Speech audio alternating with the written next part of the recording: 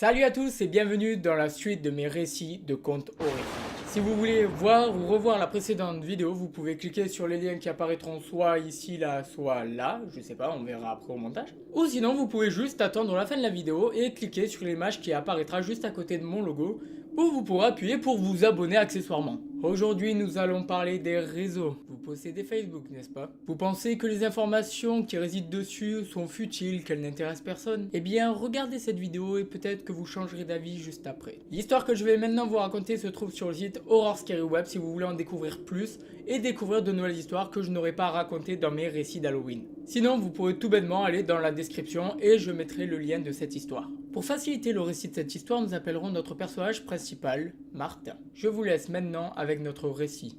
Allez, c'est parti. Martin est un jeune homme d'une vingtaine d'années qui se promène sur le web.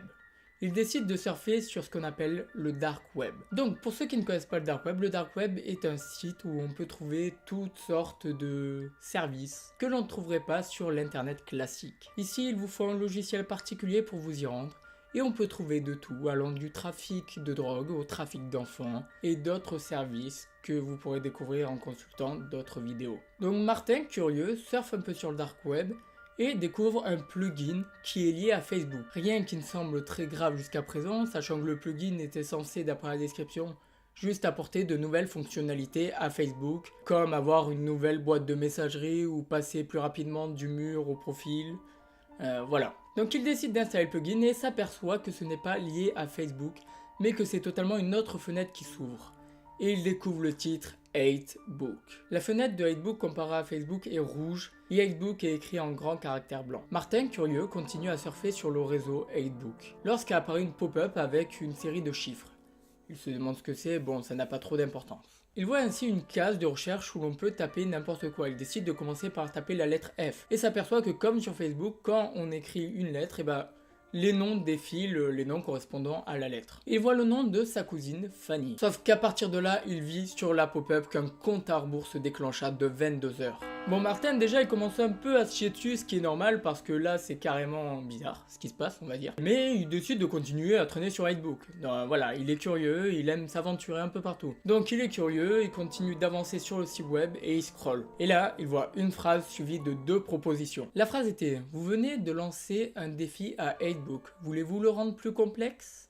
Oui ou non ?» Martin est joueur. Il décide de cliquer sur « Oui ». Suite à ça, une fenêtre apparaît lui demandant de sélectionner un chiffre entre 1 et 21. Bon, il décide de taper au pif 20. Il s'aperçut que le compte à rebours était passé de 22 heures à 2 heures. Et sur son écran s'afficha le message suivant. Analyse des données en cours. Suivi du lieu où habitait sa cousine, où elle avait fait ses études et sa date de naissance. Bon, là, Martin se dit juste que c'est des choses qu'on peut trouver un peu partout, qui sont sur Facebook. Bon, il décide quand même d'aller voir sur le profil Facebook de sa cousine pour voir si on y retrouve un peu tout ça. Et il y retrouvait bien ça, du coup, ça va. Ça l'inquiétait plus trop jusque-là. Sur le mur de Fanny, il croisa un statut qu'elle venait de publier à l'instant, indiquant le lieu où elle était en train de manger et disant qu'elle aimait la nourriture. Bon, il vit 9 likes, il ajouta son like, bref. Tout à coup, une carte s'afficha. C'était le plan de la ville où il y avait 2 points. Le point donc qui représentait sa cousine qui était présente en train de manger dans le restaurant et un autre point qui se rapprochait petit à petit de la position de Fanny. Martin commence vraiment à paniquer, il ne reste plus que 50 minutes et voit cet inconnu se rapprocher de plus en plus de sa cousine.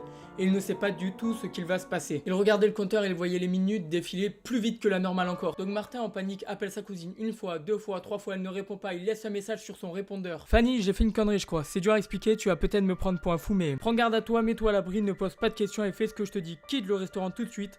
Rappelle-moi quand t'es en sécurité. Martin paniqué dit ces mots d'une traite pour s'en débarrasser le plus vite possible. Bon, il est en train d'essayer de se rassurer, il dit que peut-être 8book c'est juste une connerie, un fake, que c'est juste pour faire peur aux gens. Mais le compteur défile toujours et encore, et il voit qu'il s'arrête à 10 minutes 23. Ainsi Martin se dit ouf, quelqu'un a réussi à arrêter 8book. Fanny est sauvée, en plus elle a dû écouter mon message et voir mes 3 appels maintenant, car elle devait être en train de manger. Elle va vite me rappeler, je vais tout lui expliquer, tout va bien. Malheureusement après ce blocage, les chiffres défilèrent à toute vitesse jusqu'à arriver à 30 secondes, soit une demi-minute. Une demi-minute dans laquelle il se sentait impuissant, il ne pouvait plus rien y faire à part voir défiler le compte à rebours jusqu'à 0. Et une fois le compte à rebours arrivé sur 0, 8book ouvre une page sur laquelle il y avait écrit fin. Par réflexe, Martin se dépêcha d'aller sur le mur de Fanny pour voir s'il n'était rien arrivé. Lorsqu'il vit apparaître sur son Facebook une notification notification disant « Fanny a publié une photo sur votre profil ». Et là, elle se demanda, mais quoi? Pourquoi elle fait ça?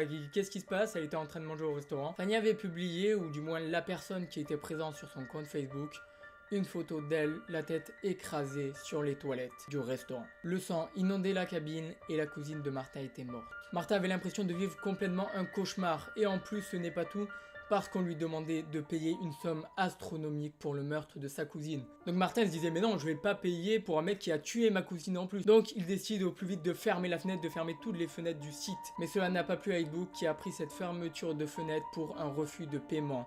Et maintenant, il allait le payer. Un plan de la ville apparut maintenant sur son écran, désignant le point où il était exactement à ce moment même, et un point qui se rapprochait de lui. Le premier réflexe de Martin, c'est paniquer, il va sur Facebook, il essaie d'enlever sa localisation, d'enlever là où il habite, mais c'était trop tard, le plan était déjà fait, et il voyait le tueur se rapprocher petit à petit de sa proie. Les dernières choses qu'il était en train de se dire étaient « Si j'arrive à me sortir de cette situation, la première chose que je ferai serait de supprimer le compte de ma cousine morte. » Parce que oui, le tueur, en plus d'avoir tué sa cousine, poste des photos d'elle, un peu sous tous les angles, la tête éclatée contre la cuvette, voilà. Martin maintenant fera tout pour s'en sortir, mais qu'adviendra-t-il? Voilà les amis, c'est tout pour cette vidéo, j'espère qu'elle vous a plu, que le concept vous plaît toujours autant, que ça vous a plu autant que la précédente même.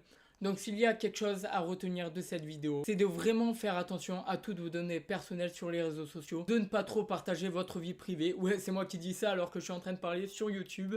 Mais surtout ne partagez pas vos informations personnelles à tout le monde. Le monde n'a pas besoin de savoir tout ce que vous faites exactement au moment même. C'est tout pour cette vidéo. N'hésitez pas à vous abonner, à liker, à partager et à laisser un petit commentaire pour savoir ce que vous avez pensé de cette histoire. Je vous fais des bisous. Ciao ciao.